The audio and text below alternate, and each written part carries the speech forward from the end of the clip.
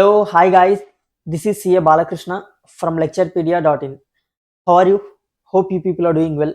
Even I am fantastic.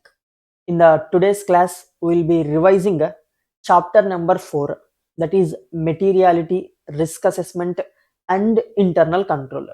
As the name of the chapter itself suggests, in this chapter we will be mainly dealing with three areas, which is materiality, mostly from essay 320, and risk assessment from essay 315, essay 330, and also we will be dealing with internal control. These concepts related to internal control, they are covered in essay 315. That means majorly this chapter, it is from 300 series. Okay, now we will be starting with a risk assessment firstly. Now generally auditor, whenever he starts the audit, the first thing that he does is he will assess the risk of material misstatement of the area that he is going to audit, and based on risk of material misstatement he will design his audit procedures, right? And by performing those audit procedures, auditor, he will obtain audit evidences, right? And based on that he will come to a opinion and he will give his audit report, right? So now here in this entire flow, in this chapter we will be covering this risk of material misstatement. Okay, now before starting with the risk of material misstatement, first of all we need to understand a particular term, that is assertions. What is meant by a assertion? Basically assertion is the representation that is being made by management. Example, management, they will prepare financial statements and they will submit them to the auditor for the purpose of audit, right? Now in the financial statements, in the balance sheet, there will be various assets. Now management is making assertions to the auditor with respect to asset, that this assets belongs to the entity. The value of the assets that is shown in the balance sheet, that is correct only. The entity is having rights over the assets that are shown in the balance sheet. So these are various assertions that the management is making with respect to assets. In the same way, with respect to liabilities also, management will be making assertions, like we are having obligation over this particular liability and the value of that liability is correctly valued. Okay, like this there will be various assertions that the management will make to the auditor. Once management makes these assertions to the auditor, it becomes duty of the auditor to verify whether the assertions that has been made by the management are correct or not. How he will verify? By performing audit procedures. Okay, that is what known as audit. In the audit, auditor, he will verify various assertions that are being made by the management. So that is a simple understanding of assertion. Now assertions, they can be made with respect to three areas. First of all, assertions means representations that are made by the management. They can make representation with respect to transactions. Transactions means profit and loss statement. With respect to account balances, they will be present in balance sheet. With respect to disclosures and presentations also, management, they can make assertion. Disclosures and presentation, they will be given in notes. So the assertions, they can be made with respect to three areas. So starting with transactions and events. With respect to the transactions, management, they can make 5 type of assertions. What are they? First of all, these transactions, they have actually occurred, that is occurrence assertion. And all the transactions that have occurred, we have completely shown them in the profit and loss statement, or we have completely accounted them, that is completeness assertion. And the value at which we have valued that transaction, that is those transactions are accurately reflected in the financials or books of accounts, that is assertion with respect to accuracy. And we have included only those transactions that have occurred during the year, in the current financial year. We have not taken any transactions that was belonging to previous year, or we have not accounted any transaction that is belonging to next financial year. So cutoff procedure, assertion with respect to cutoff, and classification. We have properly classified the transaction. Okay, revenue transactions with respect to revenue, expenditure, like this we have properly classified the transactions.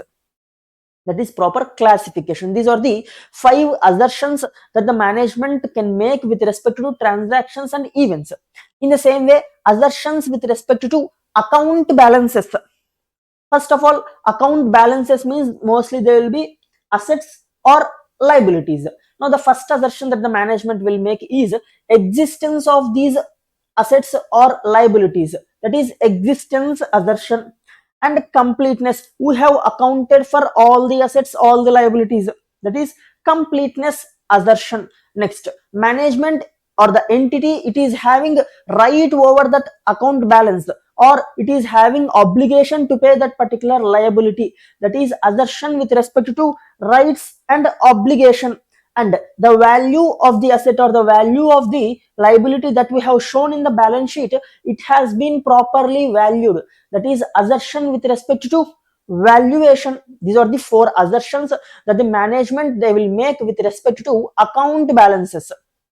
And finally, assertions with respect to presentation and disclosure. Generally in the presentation and disclosure, you will give certain disclosures with respect to certain transactions that have taken place during the year, or certain events that has taken place during the year, or you can also give disclosures with respect to certain account balances. So the disclosures or presentations, they will be with respect to both transactions events as well as account balances, right? So here occurrence assertion, the presentation or the disclosure that we have made in the present year or in the financial statement, that has actually occurred. Okay, so occurrence assertion. And completeness, we have not missed any disclosures. We have given all the disclosures as per the applicable financial reporting framework. And accuracy and valuation, if at all any valuation or any amount is disclosed in the disclosures, that particular valuation has been properly made. So assertion with respect to accuracy and valuation. Finally, classification and understandability, you should make these disclosures in such a way that they will be understandable by the users. Hope that is clear. These are certain assertions that the management will make with respect to disclosures and presentations. Hope that is clear. So this is understanding with respect to assertions. Now coming to the concept of audit risk. Now what is meant by audit risk? Audit risk is the risk that auditor might express inappropriate audit opinion. Now what is meant by inappropriate audit opinion? It can be of 2 types. When financial statements, there is no material misstatement in the financial statement, but auditor inappropriately gives the opinion that there are material misstatements in the financial statements. This is one type of inappropriate opinion. Now this type of inappropriate opinion, it will affect audit effectiveness, because in the financial statements there are no material, sorry, this type of inappropriate opinion, it will affect audit efficiency, because in the financial statements there are no material misstatements, but auditor, he is giving audit opinion that there are misstatements in the financial statements. That means in order to find out the actual position of the financial statements, auditor, he needs to furthermore perform further audit procedures, he needs to utilize furthermore resources. So this will affect the efficiency of the audit. First of all, what is meant by efficiency? Efficiency means achieving the final objective with as much as lower resources as possible. Now in this situation, the objective of the auditor is to obtain reasonable assurance that financial statements are free from material misstatements. Now in the situation that I have told you, in the financial statements there are no material misstatements, but the auditor has performed audit procedures, and those audit procedures are showing that there are misstatements, but the actual position is there are no misstatements. So to find out that actual position, auditor, he needs to furthermore investigate to reach that actual position of the financial statement. So he needs to utilize furthermore resources. So this will affect audit efficiency. Okay, this is one type of inappropriate audit opinion. Coming to the second type of inappropriate audit opinion, there are material misstatements in the financial statements, but auditor, he is giving audit opinion that there are no material misstatements in the financial statements. Now this type of audit opinion, it will affect audit effectiveness. Now what is meant by effectiveness? Let us understand this with the help of an example. Let's say you are preparing for both the groups of CA final examinations. You have given your examinations, you have wrote your examinations, and you are not able to clear even one of the group. Hope this will not happen, you will clear both the groups, but just for example, you are not able to clear even one of the group also. In that case, it will be said that you have not prepared effectively. Why? Because your final objective of clearing both the groups is not achieved. So if your objective is not achieved, then that means you have not worked effectively. Let's say your target was to clear both the groups, but you cleared only one group. In that case, you are 50% effective. If in case you targeted for both the groups and you cleared both the groups, then you are 100% effective. So if you achieve your objective, then it will be said that you have worked effectively. Now in our situation, the objective of the auditor is to obtain reasonable assurance that financial statements as a whole are true, free from material misstatements. Now here what happened, in the financial statements there are misstatements. If there are excuse me, if there are misstatements, means auditor, he needs to find out those misstatements, but without finding those misstatements, auditor is arriving at a inappropriate audit opinion that there are no misstatements in the financial statements. So he has not achieved his objective. So this will affect auditor's effectiveness. Hope that is clear. This will affect audit effectiveness. Okay, these are the two types of inappropriate audit opinions that the auditor can give. This is audit risk. Now audit risk, it is combination of three components. Okay, there are three types of risks which together gives rise to audit risk. What are those three types of components, or what are those three components which together gives rise to audit risk? Let us see. Components of audit risk, as you I think you already know this: inherent risk, control risk, and detection risk. What is inherent risk? Susceptibility of the account balances or susceptibility of the assertion to a misstatement under a assumption that there are no internal controls. That is inherent risk. Example, let's say for example, cash. The inherent risk of cash is theft. Okay, if at all there is a cash, means there is 100% chance, there is a high chance that theft might happen. So cash is inherently exposed to theft. So that is inherent risk. Now in order to avoid these inherent risk, the organization, it can implement controls in the organization, but it is not 100% guarantee that the controls, they will prevent all the risks. Controls might fail to prevent or detect the risk. That is known as control risk. See, risk that internal control will not prevent or detect or correct material misstatements is control risk. Next, finally, detection risk. Detection risk is with respect to the procedures that the auditor will perform. Okay, the risk that auditors procedures might not detect the material misstatements in the financial statements is known as detection risk. Now if you see audit risk, the formula for audit risk is inherent risk multiplied by control risk multiplied by detection risk. That means, let's say for example, cash. Now in the cash, the inherent risk of theft is 10%. Okay, 10% is the inherent risk of theft in case of cash. Now, in order to reduce this inherent risk, the management, they will implement controls. Now, the controls, they were able to detect only 80% of the risks. That means still 20% of the risk is not able to be detected or prevented or corrected by the controls. So 20% is the control risk. Okay, that means of total 10% inherent risk, 80% is detected and prevented by the controls. Balance 20% of that 10% is not able to be detected or prevented by the controls. So the risk of material misstatement of cash is 2%. Okay, so the risk of material misstatement in cash is 2%. Now it becomes the duty of the auditor to reduce this risk of material misstatement. Now auditor, before starting the audit, he will fix the audit risk. Okay, let's say auditor has fixed that the amount of audit risk that he is willing to accept is 1%.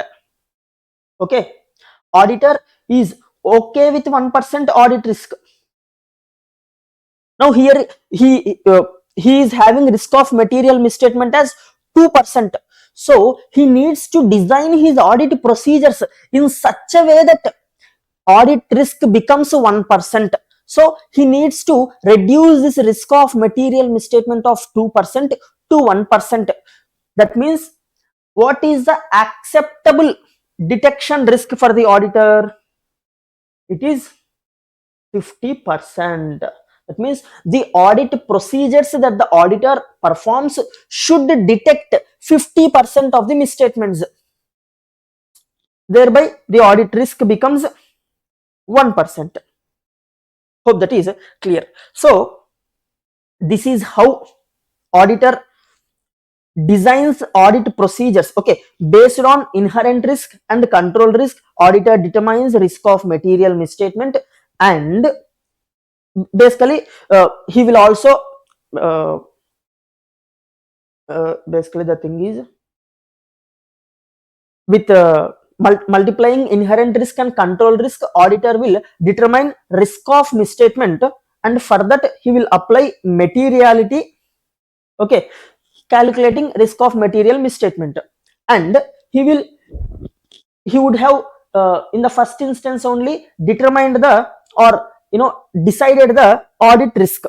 Based on that he will change the detection risk. Hope that is clear. Based on that he will design the audit procedures to match that detection risk. Okay,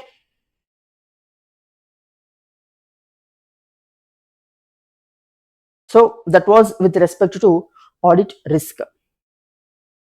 Next, as I have already told you, the audit that the auditor performs is risk based audit.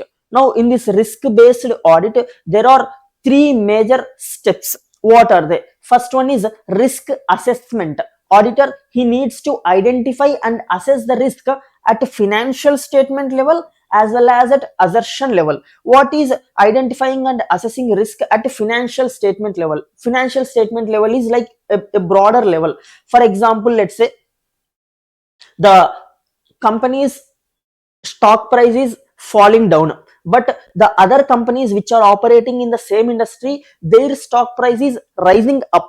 Now this situation, it will bring pressure on the management. Because of this pressure of increasing the share prices of the company, management might commit fraud. Okay, I'm saying might commit fraud. I'm not saying they will commit fraud. So here there is a risk at the overall financial statement level because of this situation. So this is one of the example of identifying and assessing risk at the financial statement level.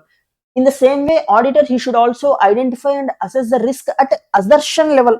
Assertion level, we have discussed various assertions: valuation, completeness, accuracy, existence. Okay, with respect to any of these assertions there might be risk. So auditor should also assess those risks at the assertion level. So the first step in a risk based audit is identifying and assessing the risk.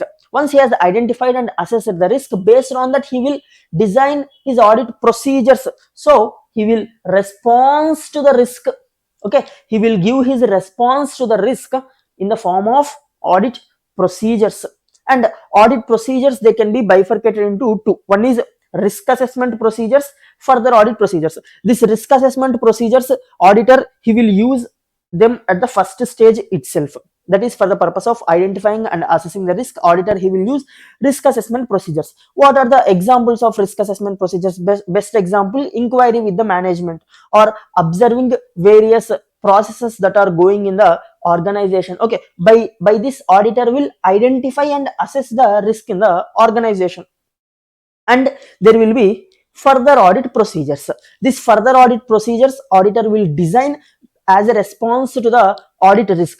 The further audit procedures, they can be again bifurcated into test of controls and substantive procedures. Test of controls is, with the help of this test of controls, you will test the controls, whether the controls are operating effectively or not. Okay, if they are not operating effectively, then you will increase your substantive procedures. Okay, based on the results of test of controls, you will determine how much of substantive procedures you need to perform. Okay, substantive procedures means you can say them as a detailed checking. These substantive procedures, they can again be bifurcated into test of details. Test of details, the examples that you can take is watching and verification is a best example of test of details, wherein you will examine each and every detail of the transaction. Or balance confirmation is one of the example of test of detail, or physical verification is another example of test of detail. So all these are the procedures that you will perform in this test of detail. Basically, you are checking in depth. Okay, with those procedures you are checking a particular item in depth. That is test of details. And substantive analytical procedures, basically these analytical procedures, they can be used both as risk assessment procedures as well as substantive analytical procedures. Now, one of the basically these analytical procedures, they will help you to reduce the test of details. Let's say, for example, in the organization, there are in the profit and loss statement, the entity has booked the total salaries as 1 crore rupees for the year. Now auditor, he needs to verify whether this 1 crore rupee salary is correct or not. For this, he can use the substantive analytical procedure. What he can do, he can take financial and non-financial information in the organization. Now for this salary figure, what is the non-financial information that the auditor might be required? What are the total number of employees in the organization?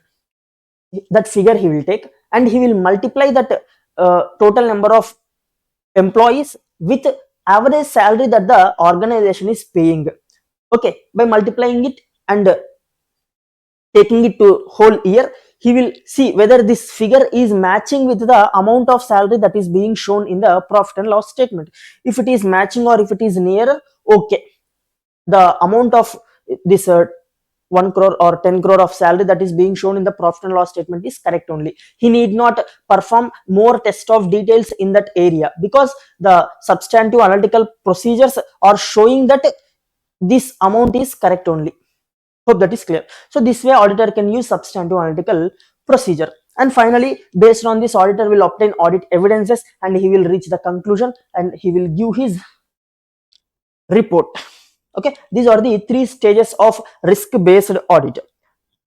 Now, in the first step of risk assessment, what are various steps that are involved in this risk assessment? First of all, you need to identify and assess the risk starting from acceptance of the client. Okay, while performing client acceptance procedures as per SQC1, okay, as per SQC1, you will SQC1 and SA 220, there will be client acceptance procedures, right?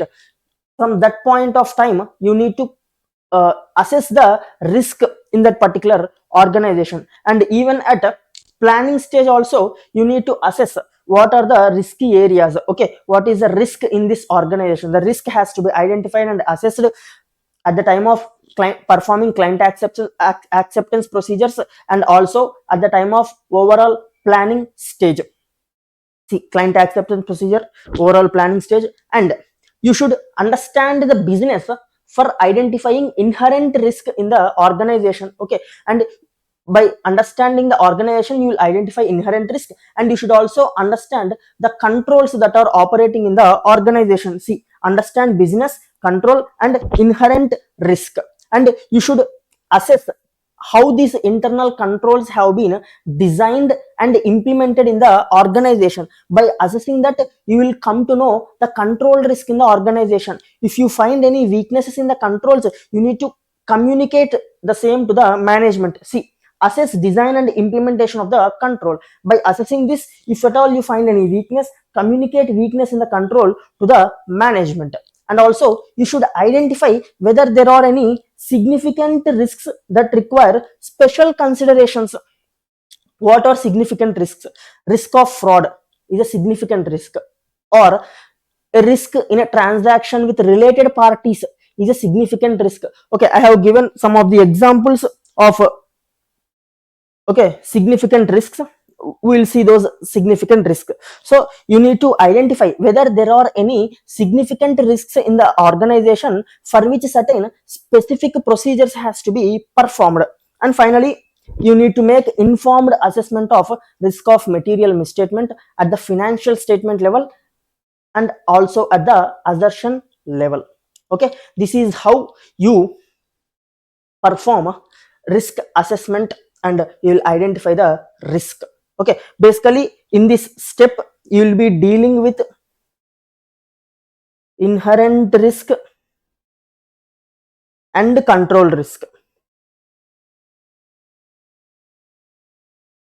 Okay, detection risk doesn't come in this step. Hope that is clear. Basically, the inherent risk and control risk, these risks are existing in the organization before auditor starts his audit itself. Okay, these risks, they are present in the organization. So auditor in his audit, he is finding out whether how much of that risk is present, whether that risk is actually present or not. Okay, next,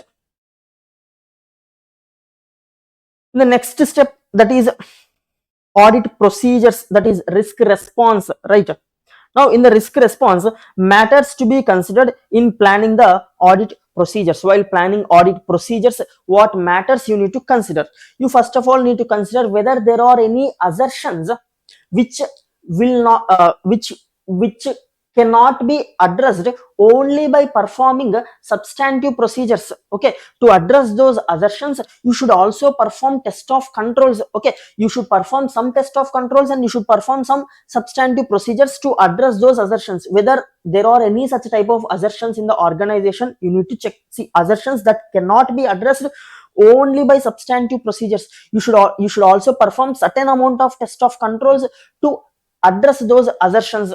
Whether there are any such assertions, you need to identify. Next, you should also identify whether there are any assertions for which controls are existing. So if you test those controls, the amount of substantive procedure or the amount of substantive checking that you can perform to that particular assertion can be reduced. So whether there are any such type of assertions also should be checked by you. See, internal control, if tested, reduces need for substantive procedures. Whether there is any such assertions, you need to check. And also whether there are any assertions where potential for substantive analytical procedures. Okay, by performing just substantive analytical procedures, the effort of performing other procedures can be reduced. Whether there are any such type of assertions, you need to check. Okay, based on the type of assertion, you need to perform the type of audit procedure. You need to plan your audit procedure based on the assertion. Hope that is clear. See, potential for substantive analytical procedures, that reduces the need for other procedures. Next, need to perform further audit procedures to address management override of control. Now the management, they are always in the situation, or they are always in the benefit of overriding the control. Since the controls are implemented by the management, they can easily override the controls if they want. So auditor, he needs to determine whether he has to perform any audit procedures to identify whether management has overridden any controls during the year, and need to incorporate an element of unpredictability. Obviously, auditor in his audit procedures, he should implement this element of unpredictability. The entities staff, they should not predict what type of audit procedure the auditor will perform, because if they know the type of procedure auditor is going to perform beforehand only, they will prepare for that, and they will prepare in such a way that their mistakes or their frauds, they won't be identified by the auditor procedure. So auditor, he needs to implement the element of unpredictability in his audit procedures. And finally, he needs to see whether there is any need to perform specific procedures to address significant risks. Significant risk means important risk. We have seen this here also. Significant risk. So what are examples of certain significant risks? Firstly, risk of fraud. Okay, in the organization, if there is a risk of fraud, then that risk is significant risk. And risk related to complex transactions. See, complexity of the transaction, even that becomes a significant risk. And also, if at all there is any risk in the transactions that are performed with related parties, then that risk also becomes a significant risk, because with the in a transaction with the related party, there is a high chance that the interest of the entity will be compromised. Okay, you might favor your related party. So if at all there is any risk in the related party transaction, that risk becomes a significant risk. See, significant transaction with related parties. And also, if at all there are any transactions that has taken place during the year which are outside the normal course of business of the entity, okay, entity generally will not enter into that type of transaction. For example, during the year, entity has purchased a subsidiary or merged with another entity. These type of transactions, they are outside the normal course of business of the entity. So in this case, if at all there is any risk in these transactions, this risk becomes a significant risk. See, significant transactions which are outside normal course of business. And also, if for any transaction, for measuring the value of any of the transaction, if subjectivity of the management is involved, then that risk also becomes significant risk. See, degree of subjectivity in measuring financial information. And finally, risk related to significant economic or accounting or other developments. Okay, with respect to risks that arise because of recent developments in the economy or recent changes in the technology. If at all there are any risks that have arisen because of recent developments, then that risk also becomes a significant risk. Okay, that was with respect to some of the examples of significant risk. Now, moving to internal control system. We have discussed the concept of control risk. The risk that controls will not be able to detect, prevent, correct misstatements is known as control risk.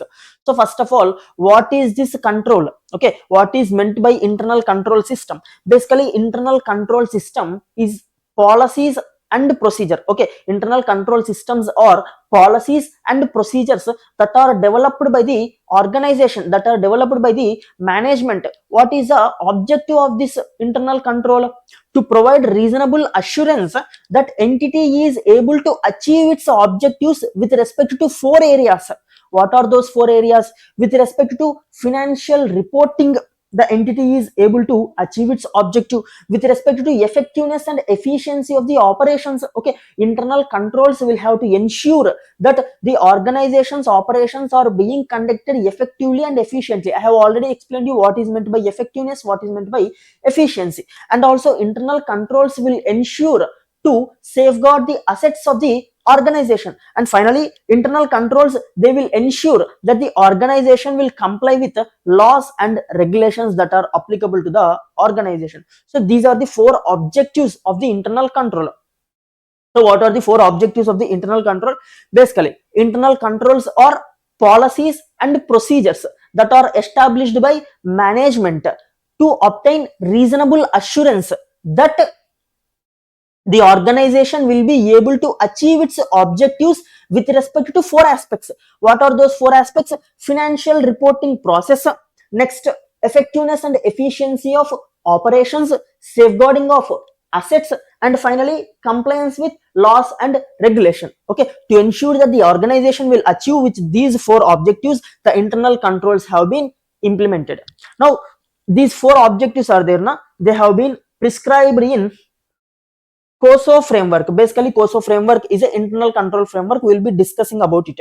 There are also 5 components of internal controls that also we will be discussing. Even that 5 components have also been, prescribed in that COSO framework only. Okay. So, scope of internal controls, they can be accounting controls and administrative controls. The auditor, he is mainly concerned with accounting controls, and auditor will be concerned with those administrative controls that are having direct impact on the financial statements. Okay, that is with respect to scope of internal controls. Next, objectives of internal control system with respect to accounting system. Now, the internal controls that are present in a accounting system, their objective is to ensure that, first of all the transactions that are entered by the organization, they are properly authorized by proper officer. See, transactions are executed through a proper organization, and all the transactions that have been entered by the entity have been promptly recorded in the accounting system. This has to be ensured by the controls that are present in the accounting system. See, all transactions are promptly recorded, and also the assets that the organization is having, they must be safeguarded. See, assets and records are safeguarded from unauthorized access, and the assets of the organization, they must be verified at a reasonable intervals of time by the management. These are the main objectives of internal controls that will be present in any accounting system.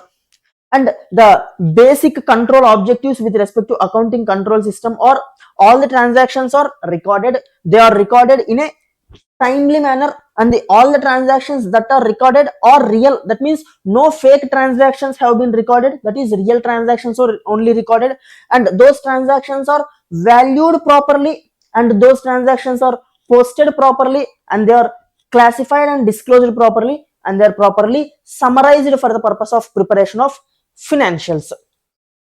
These are the control objectives, basic control objectives of any accounting system.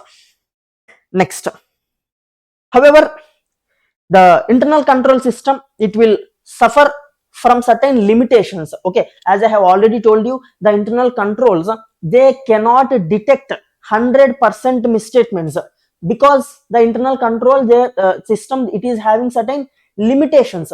What are the limitations of internal control system? Now, first of all, management, they might think that the cost of implementing internal control in the organization, it is more than the benefit that the organization will receive because of this internal control. This is one of the limitation of the internal control.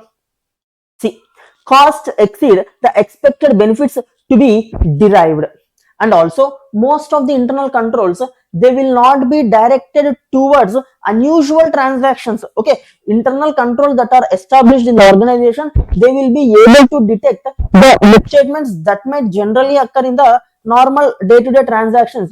But if at all any special transaction, any unusual transaction occurs, then the chance that internal control will detect the misstatement in that unusual transaction is very less. That is also one of the inherent limitation or limitation of a internal control. See, most of the internal controls do not direct towards unusual transaction, and if at all controls are exercised by human, then humans, they are prone to commit errors. So the possibility of human error is also one of the limitation of the internal control. And the person who is exercising a responsibility for implementing the control, if he himself misutilizes that responsibility, then that will also become a limitation of the internal control. See, potential for human error, and person responsible could abuse that responsibility, and circumvention of internal control through collusion. Okay, in order to implement the internal control, what you have done is, you have segregated the duties among some 3 or 4 employees, but all the 3 or 4 employees, they have colluded. If they have colluded, then there is no use of implementing that internal control. Okay, the internal control, it has been erased because of that collusion. So The collusion among the employees is also one of the limitation of the internal control. And finally, manipulation by the management. Obviously the internal control, they will be implemented by the management. If management, they themselves, they are not having any integrity, they themselves, they are not interested towards following ethics, then they will easily override those controls. Okay, because they are always in a position of overriding the controls. Okay, they are having that much of power. Whenever they want, they can just keep those controls aside and they can do whatever they want. Okay, they are in such a position. So manipulation by management might happen, and this cannot be prevented by the internal control. So these are certain limitations of internal control. Next, structure of internal control. Basically, structure means the various types of internal controls that you can implement. Firstly, segregation of duties. How you can segregate the duties?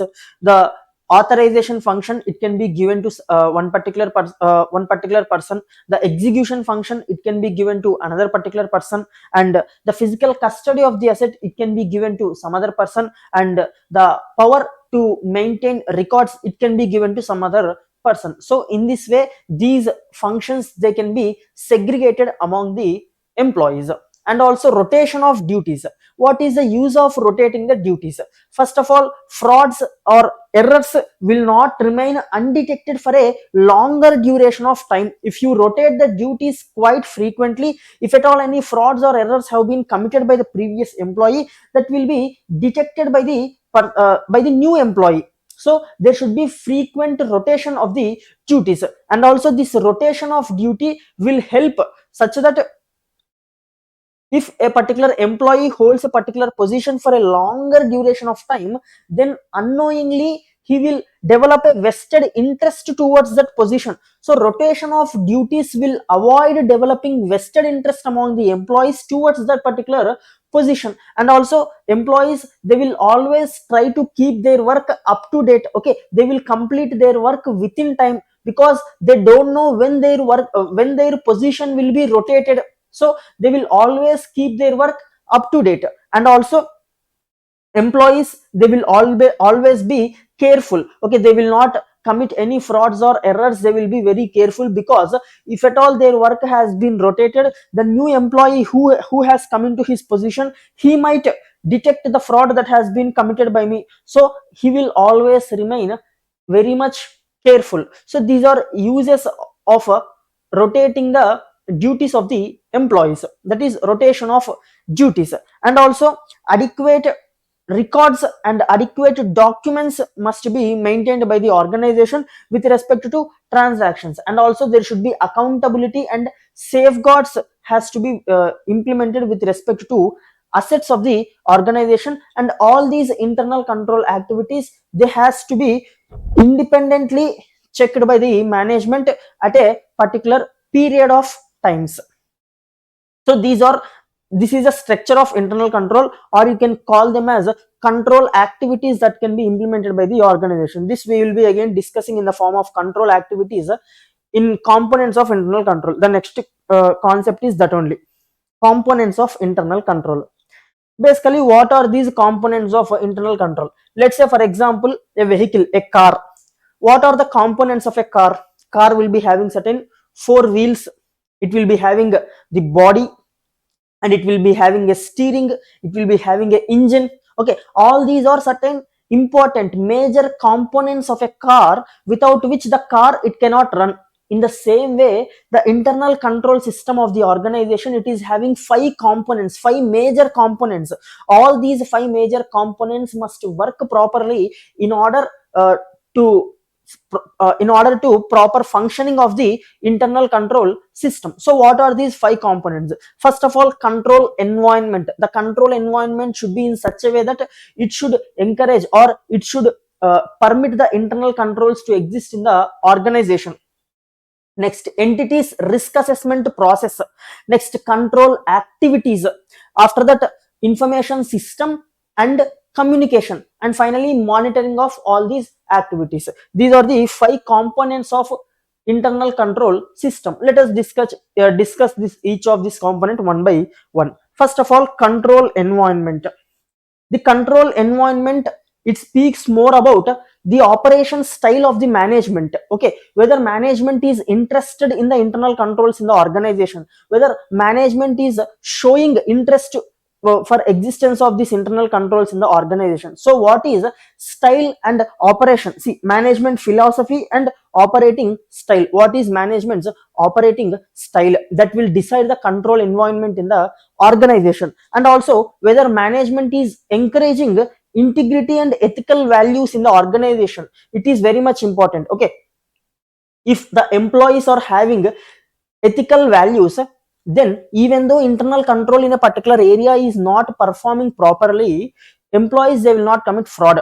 If employees, they are not having ethical values, then even though the controls are working properly, somehow they will try to override that control and commit the fraud. So integrity and ethics in the environment of the organization is very much important. In the culture of the organization, integrity and ethics, ethical values must be there. So it should also be part of the control environment. And participation by those charged with governance. First of all, those charged with governance. Okay, from the top level, there should be participation with respect to internal controls. Okay, first of all, they should comply with the internal controls. Only then the remaining staff, by seeing the top level management, they will also be interested in complying with these internal controls, following these internal controls. And also, what is the organization structure? Each organization, it will be having its own structure. Okay, generally there will be CEO. Under CEO, there can be various vice presidents. Under vice presidents, there will be certain managers for each function. So CEO will control the vice president. Vice president, they will control the managers. Managers, they will control the lower level employees. So this is the organization of the organization structure. Okay, this will also determine how the controls are working or how controls are implemented in the organization. Okay, and finally, human resource policies and practices. What type of employees the organization is hiring? In the hiring process, whether importance is being given to ethical values. Okay, this is also one of the part of control environment of the organization. So all this, they will come under control environment. Next, entities risk assessment process. See, you need to observe this second component. It is not auditor's risk assessment process, it is entities risk assessment process. In the auditor, he will assess the risk. Even management will also assess the risk. Why management will assess the risk? In order to implement the controls, first of all, management, they should know what risks are there in the organization. In order to know the risks in the organization, management, they should conduct the risk assessment in the organization. So entities risk assessment process is a second component of control of components of the internal control. Okay, based on this entities risk assessment process only, entity will develop control activities. Okay, which becomes the third component. Just a second. So based on the entity's risk assessment process, it will develop the internal controls in the organization, which are the control activities. We have seen in the structure of internal control the same. What are the control activities that the organization can establish? Firstly, segregation of duties. Next, it can implement controls over information system. Information system controls, they can be of two types. One is application control and another one is general IT controls. Application control, they are limited to a particular software or particular application, whereas general IT controls, they are present across the organization. The general IT controls, they will help the application controls to work properly. And physical controls like having a locker facility for storing the cash, that is a physical control.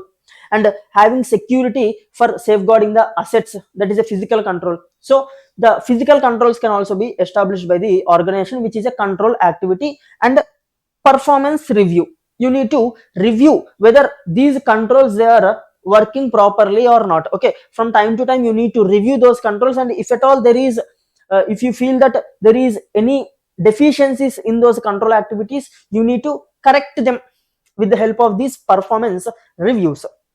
That is the third component, which is control activities. Next, information system and communication. Basically, information system will be used for capturing the information, processing the information, and providing that information for decision making. So there should be proper controls with respect to the information system. It should be able to capture all the transactions that have been entered by the entity. So record all the transactions, and the information system that the entity is using, it should provide proper description for proper classification of the transaction, and it should also enable for proper valuation of the transaction. See, measure for value of the transaction, and the information system that the organization is using, it should be able to determine the period for which the transaction is belonging to, that is the cutoff assertion.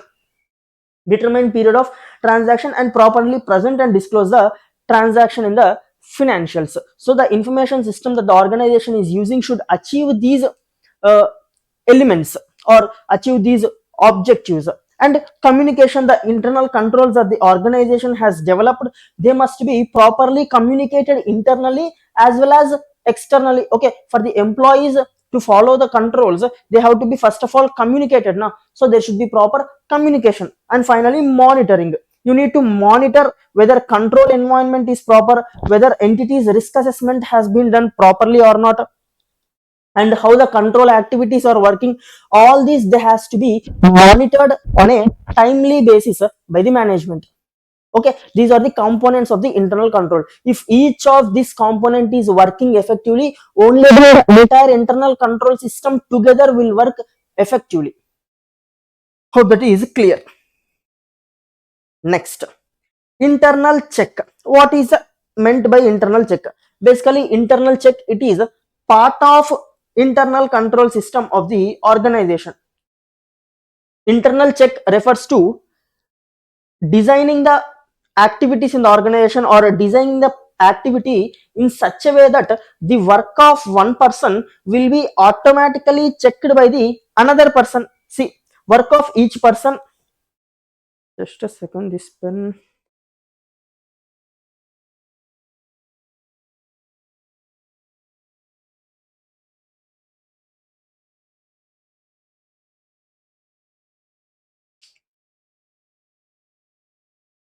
I think I have to change the battery.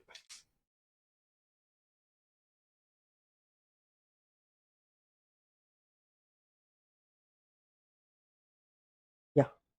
The organization of bookkeeping and staff duties such that no one person can carry the entire transaction. Okay, the carrying of a transaction, it is divided among various people such that work of each person is made complementary to the work of another, wherein by the time the transaction completes, the work of one person is automatically verified by the another person. This is known as internal check.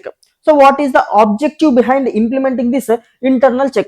First of all, if at all there are any frauds or errors in the transaction, this internal check system will help to immediately detect those frauds or errors at the time when the fraud has been occurred. And also it will avoid or minimize the chance of occurrence of fraud or error, and it will also increase the efficiency of the staff, because the staff, they will perform only that work repetitively. So it will increase the performance of the staff in that particular area. And the internal check will also help you to identify the area where the chance of fraud is very high, and it will ensure that the accounts of the organization, they are always subjected to scrutiny, because every time the transaction take place, work of one person, it is automatically verified by the another person. So every time the transaction is subjected to scrutiny in the multiple phases because of this internal check system. And finally, it will prevent cash embezzlement or accounts falsification. These are objectives of internal check system.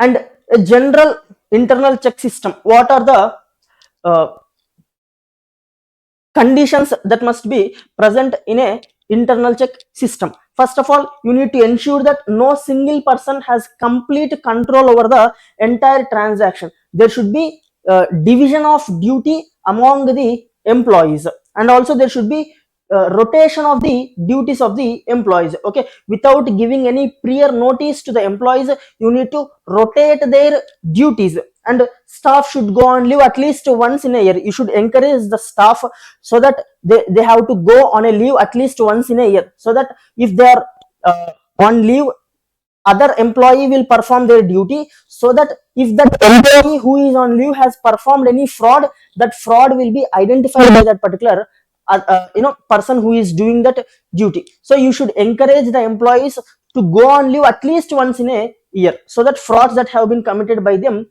they can be identified. And custody of asset and access to accounts should not be given to the same person. Okay, if a person is having access to cash, then that same person should not be having access to make entries in the cash book. Hope that is clear. And you should judicially distribute financial and administrative powers, and if possible you should use mechanical devices to prevent loss or embezzlement of cash. And accounting control with respect to each class of asset must be, okay, with respect to each class of asset you must establish controls and exercise budgetary control, so that if there is any wide difference between budget and actual, you have to reconcile those deviations. So these are certain general conditions that must be present in a internal check system. And another point you can note down: at the time of physical inventory counting, stop trading. Okay, trading activity has to be stopped at the time of physical inventory counting, so that no disturbance will occur for the physical inventory counting process. So these are certain general conditions pertaining to internal check.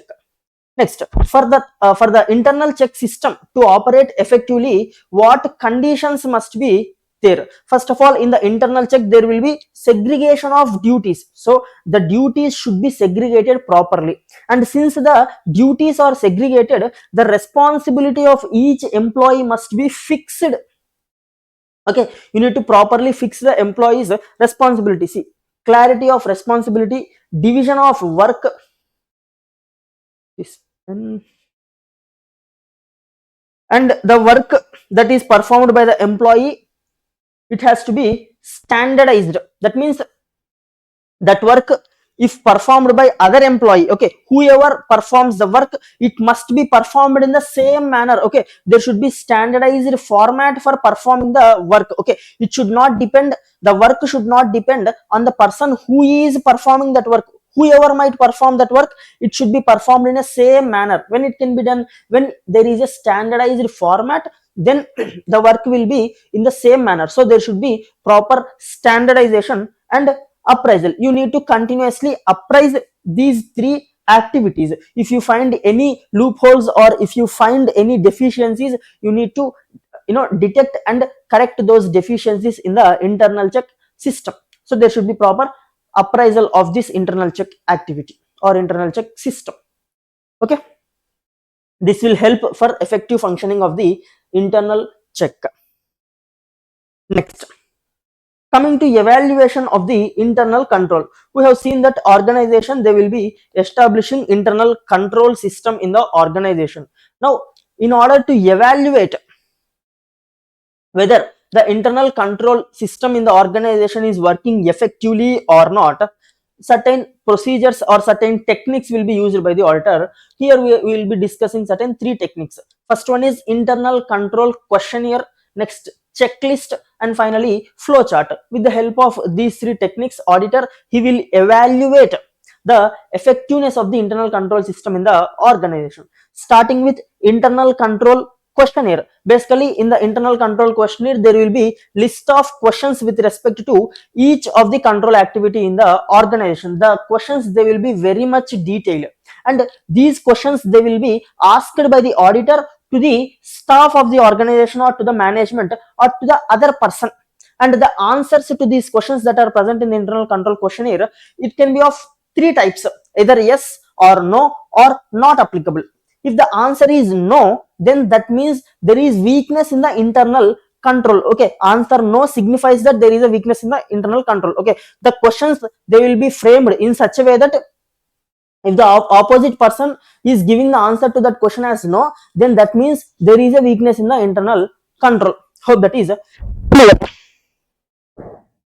And whether it is necessary to issue this internal control questionnaire every year. First of all, for the first year of the audit, you have to issue the internal control questionnaire because it is your first year of audit. And from subsequent years of audit, instead of issuing complete internal control questionnaire, you can just ask the management whether there are any changes in the controls when compared to the previous year. If there are any changes, you can just ask the questions with respect to those changes, and you can make a note of those changes in your internal control questionnaire of the previous year. But however, as a best practice, it is advisable to give new internal control questionnaire at least once in every third year. Hope that is clear. Next, coming to the checklist. This checklist, even this is also similar to that of internal control questionnaire, but with minor changes. Basically, in the internal control questionnaire, there will be questions, right? Even in the checklist also, there will be certain questions and certain checklist type of activities which has to be performed by the auditor. Okay, in the internal control questionnaire, auditor will ask the questions to the third party and he will get the answers from them. But here, not third party, from employees of the organization, he will get the answers. But here in the checklist, there will be activities or questions which has to be answered by the auditor himself or the auditor's staff. Okay, in order to verify a particular control area, you need to perform these activities. After performing these activities, you have to tick mark that particular activity. So checklist has to be answered by the auditor himself. Hope that is clear. Here also in the checklist, the answers, they can be yes, no, or not applicable. What are the differences between internal control questionnaire and checklist? First of all, in the internal control questionnaire, there will be large number of questions covering huge areas. But in case of internal control questionnaire, there will be detailed questions, okay, covering large areas. Whereas in case of checklist, questions will be related to particular control objective. Okay, they will be very much narrow, they will be directed towards a particular area. And in case of internal control questionnaire, auditor will ask the questions and the staff of the organization or executives of the company, they will answer the questions. But in case of checklist, auditor or auditor's staff has to answer the questions that are present in the checklist. And finally, in case of internal control questionnaire, if the answer is no, it indicates there is weakness in the internal control. But what is the significance of that weakness? Okay, how important that weakness is for the purpose of audit, that significance, it cannot be or it will not be present in the internal control questionnaire. But whereas in case of checklist, if the answer is no, it indicates weakness. And also, what is the materiality of the weakness? There should be a specific statement that has to be given or that has to be written by the auditor in the checklist with respect to materiality of the weakness in the internal control. Okay, so these are the differences between internal control questionnaire and checklist. And moving to flowchart. Basically, flowchart is a diagrammatic representation of internal control that is present in the organization. With respect to flowchart, there are certain diagrams that I have given in the book. You just go through that diagrams. Okay, those diagrams I have not given them here in the chart. Okay, you please refer the book for those diagrams or for those symbols. Next, coming to internal control framework. What is meant by internal control framework? See, for the purpose of financial reporting, there will be accounting frameworks like accounting standards, Indian accounting standards, as per which you prepare your financial statements. So those accounting standards or those Indian accounting standards, you will be calling them as applicable financial reporting framework. In the same way, for the organizations to implement internal controls, there are certain frameworks. As per the guidance that is given in the framework, the organizations, they have to implement the internal controls in the organization. So you can call these internal control frameworks as a benchmark frameworks, as per which the organization will develop their internal control. Organizations will develop internal controls in their company. Hope that is clear. Now in our syllabus, we will be discussing about 5 such types of internal control frameworks. What are those 5? Firstly, COSO.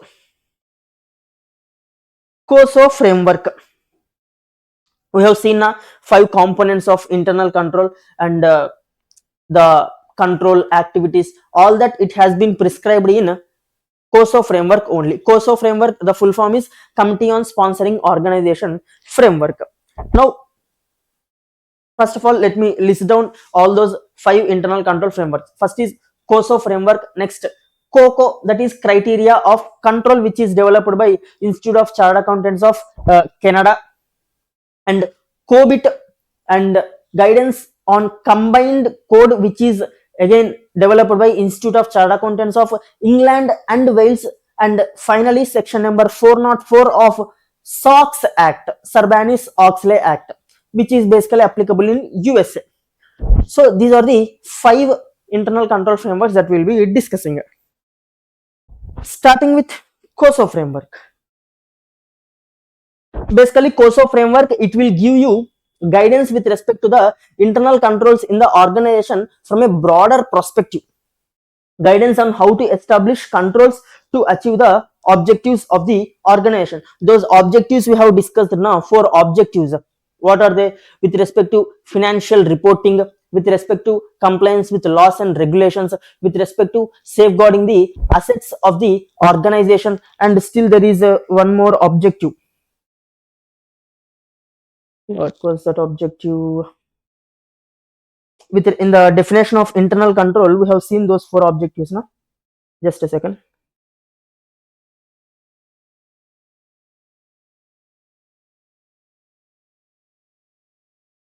Yeah, effectiveness and efficiency of the operation. These 4 objectives have been prescribed by this COSO framework only.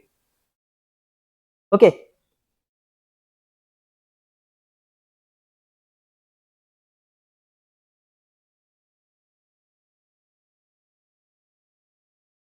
So in the COSO framework, there are 5 components and 17 principles. What are those 5 components? Control, environment, entities, risk assessment, process control, activities, information system and communication, and finally monitoring. These 5 components which we have discussed, they are prescribed by our COSO framework only, and each of these 5 components, they are having certain principles. Okay, these principles you can just go through those principles, because I have already explained all those 5 components. So those principles, they will be related to that explanation only. Next, COCO framework. Now if you see COSO framework, it will provide guidance to establish controls in the organization in a broader way, okay, to achieve those 4 objectives, which is quite broader. Okay, COSO framework, it will deal with establishing internal controls in the organization at the overall organization level. And coming to criteria of control, this is developed by Canadian Institute of Chartered Accountants, and the objective of this criteria of control is to improve the performance of the organization and risk management, okay, to enable the organization to better manage its risk, and to corporate governance, okay, to implement corporate governance in the organization. Corporate governance means managing the company in the best interest of the stakeholders, that is known as corporate governance. There will be certain principles under this corporate governance. In our India, you can take example of LODR, okay, listing obligation disclosure requirements. It will be having certain provisions related to corporate governance. Even Companies Act is also having certain provisions related to corporate governance. Basically, corporate governance means nothing but those provisions which will help the company to manage itself in the best interest of the stakeholders, is known as corporate governance. So COCO, what is it? Criteria of control is its objective is to implement better corporate governance in the organization. So 3 objectives of COCO framework is to improve the performance of the organization, to better manage the risk in the organization, and corporate governance. And it is having certain 20 criteria for effective controls in the organization. those 20 criteria, they are not there in our syllabus. Okay, you just remember that there are 20 criteria in uh, criteria of control, COCO. Okay, yes, basically you can say not so important. Okay, you can just remember that this COCO framework, it is given by Institute of Chartered Accountants of Canada, and these 3 audits objectives, and it is having 20 criteria. Just this much information is given in our book. Apart from this, nothing is given with respect to COCO framework. Okay, next, COBIT. Basically, COBIT, it will be dealing with internal controls with respect to information technology. Specifically, it will be dealing with information technology. Control objectives for information and related technology. This COBIT, it is important. COBIT, it is created by ISACA for IT governance and management. That COSO framework, it will be dealing with internal controls in all the areas, right? But this COBIT, it is specifically designated for internal controls with respect to information technology. If there is any company which is most dependent on information technology, like Paytm, all these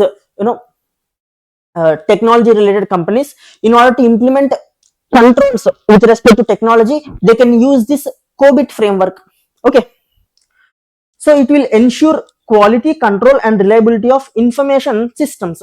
It will guide on how to use information technology resources, manage information technology domains and processes. That is with respect to COBIT. COBIT, it has been developed by ISACA, which will be specifically dealing with controls in the area of information technology. Hope that is clear. Next, guidance on combined code published by ICAEW, Institute of Chartered Accountants of England and Wales.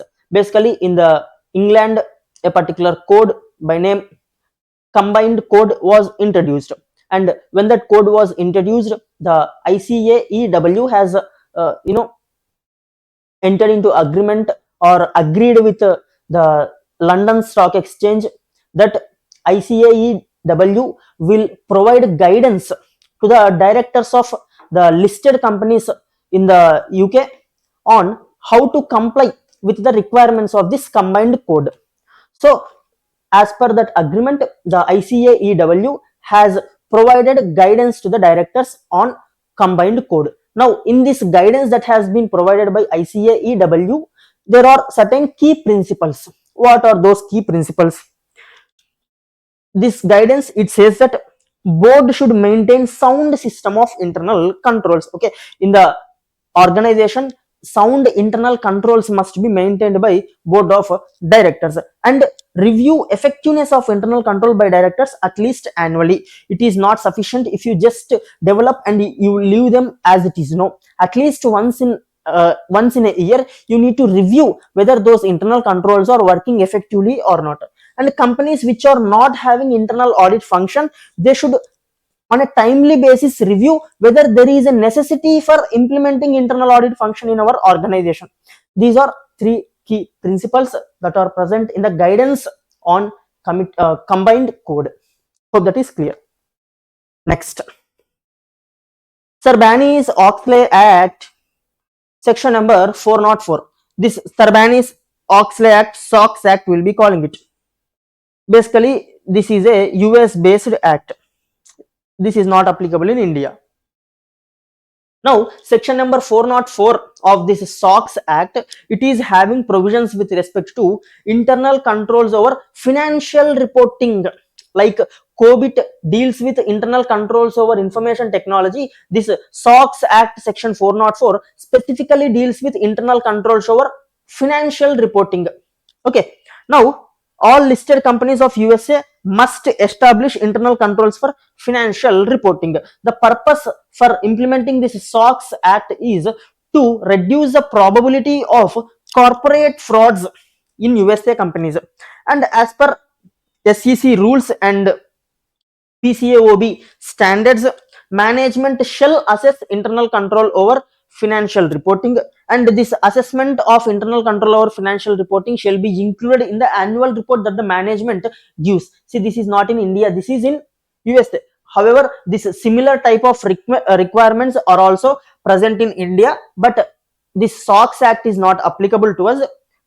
A separate guidance is given with respect to this internal control over financial reporting in our India. But based on this SOX Act only, we have developed the internal control over financial reporting for our companies. And external auditor shall provide opinion on internal control over financial reporting as well as on financial statements.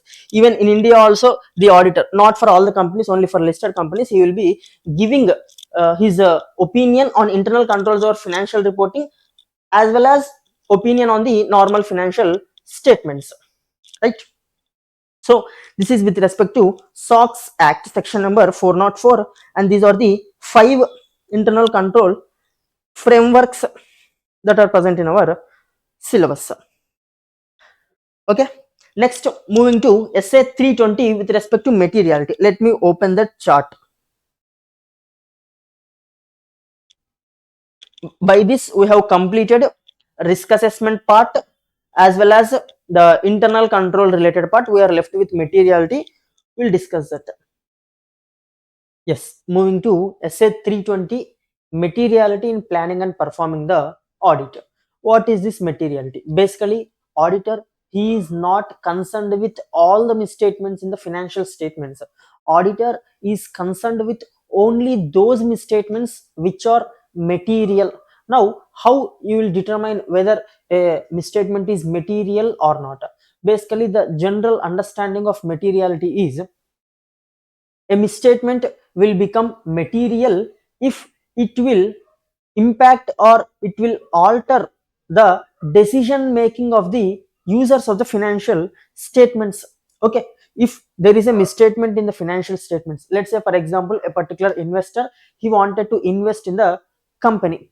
Now there is a misstatement in the financial statement. If this misstatement is known to the investor, whether he will change his decision of investing in the company, whether this will impact his decision. If this misstatement impacts his decision, then this misstatement becomes material misstatement. Okay, that is a general understanding of materiality. Okay, a misstatement that will influence the decision making of the user is material misstatement. Now how this materiality is calculated? Basically, in calculation of materiality, professional judgment of the auditor is involved, but you will be applying a percentage to the benchmark to determine this materiality. Now what is this benchmark? In the financial statements, you will be having various items, like mostly the benchmark will be used as either revenue or gross profit. Okay, based on the type of the entity, you will select benchmark. Let's say for example, in case of trading entities, you will select sales revenue as benchmark. Now on the sales revenue, you will apply a percentage to determine materiality. Basically, the formula for materiality is you will take a benchmark, and to that benchmark you will apply a percentage to arrive at materiality. Let's say the sales figure of the entity is 1 crore. Okay, now auditor, he needs to determine the percentage of materiality. In determining this percentage of materiality, there will be professional judgment of the auditor involved. I have told you na, materiality, determining materiality involves professional judgment of the auditor. Why? Because materiality is calculated as a percentage of benchmark. Benchmark you can directly select from the financial statements, but for determining this percentage, judgment of the auditor is involved.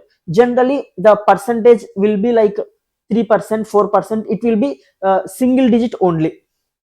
Materiality percentage, it will not move into double digits. Mostly it will be 3 to 5%, like that the materiality percentage will be. Let's say auditor has selected 4% as the materiality percentage. So on 1 crore rupees, 4%, the materiality becomes 4 lakhs, right? So auditor is concerned with those misstatements which are either individually or together with other misstatements crosses 4 lakhs. So auditor has determined materiality, right? Now First of all, you have to select benchmark.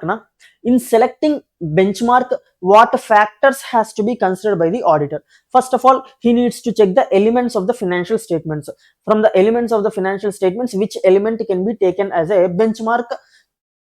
You have to select. Elements means like sales, gross profit, assets, loans. From these elements, which element you wanted to select as a benchmark, you need to select. And you should also see whether there are any items in the financial statements that will be specifically seen by the users. Let's say, for example, in case of banks, the users will be specifically interested not in the revenue that has been generated by the bank, but than that they will be interested in how much amount of loans has been disbursed by the bank during the year, and how much amount of NPAs have arisen during the year.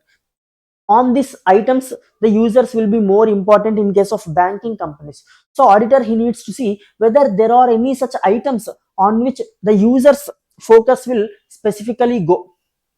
If yes, auditor needs to try to select those type of items as benchmark. And while selecting the benchmark, you should also make sure that it is less volatile. Okay, volatile means it should not be fluctuating. Let's say the sales figure in first year it is 1 crore. In the second year it has dropped to 50 lakhs. In the third year it has went to 2 crores. Again in the fourth year it has dropped to some 80 lakhs. So here it is highly volatile. Sales figure is highly volatile.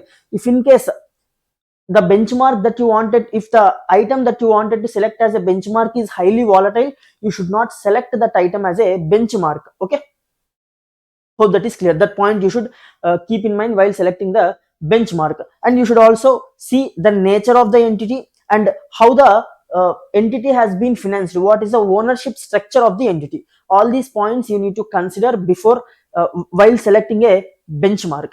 Hope that is clear.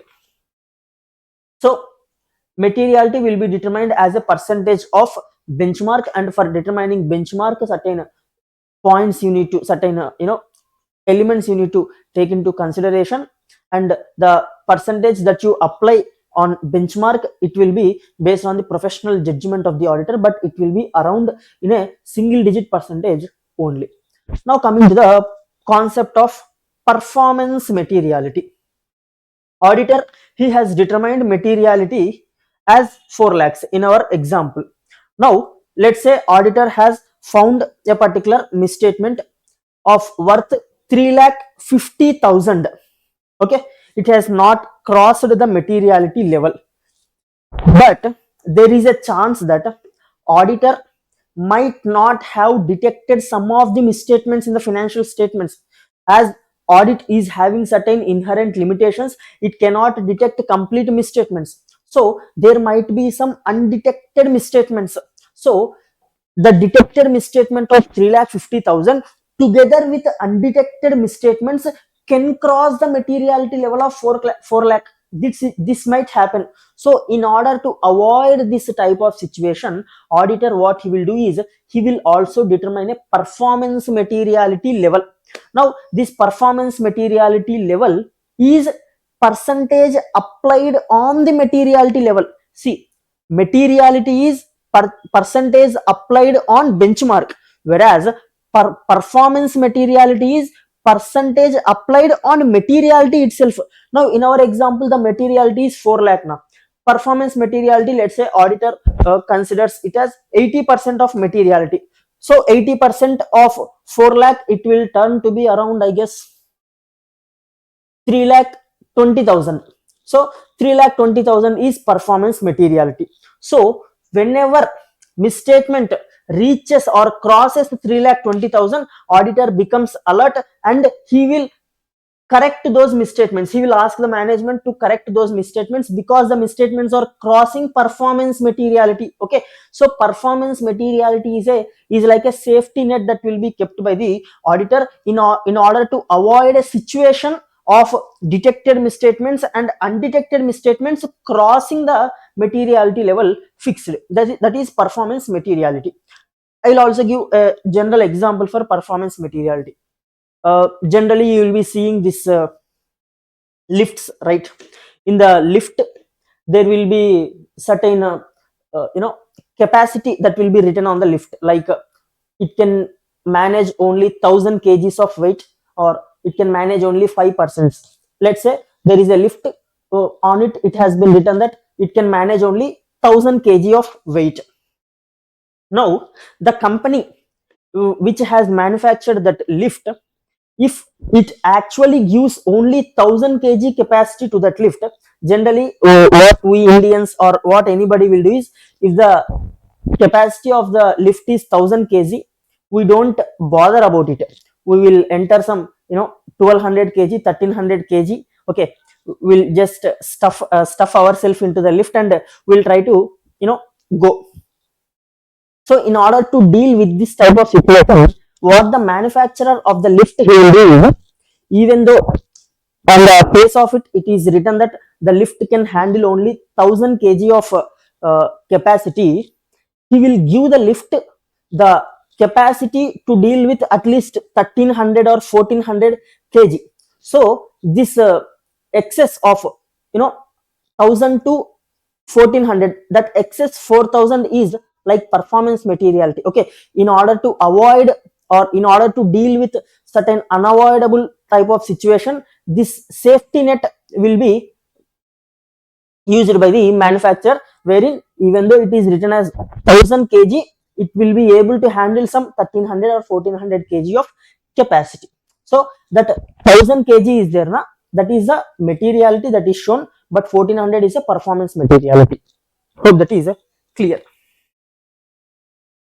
So that is performance materiality, and as the basically auditor, he will determine materiality level at the time of starting of the audit. During the planning stage, he will determine the materiality. However, while conducting the audit, as he comes to know new information in the entity, he can revise his materiality that he has already determined, and he can also set separate materiality for each and every item based on its relevance or based on risk of that particular item. And another important point is, audit risk is always inversely proportional to materiality, because if a particular item is more material, the audit risk acceptable by the auditor in that item is very much less. In the same way, if a particular item is not much material, it is immaterial, then the audit risk that the auditor can accept in that particular item is very high. So always materiality and audit risk, they both are inversely proportional. Hope that is clear. By this, discussion with respect to chapter 4 gets completed. In the next class, we will be starting with a revision of new chapter. Okay, and you can download this chart from the link that I will be providing you in the description. And if you want to purchase classes, you can visit our website lecturepedia.in and you can place your order. Okay, I'll be winding up this video as of now. Take care. Bye bye. See you.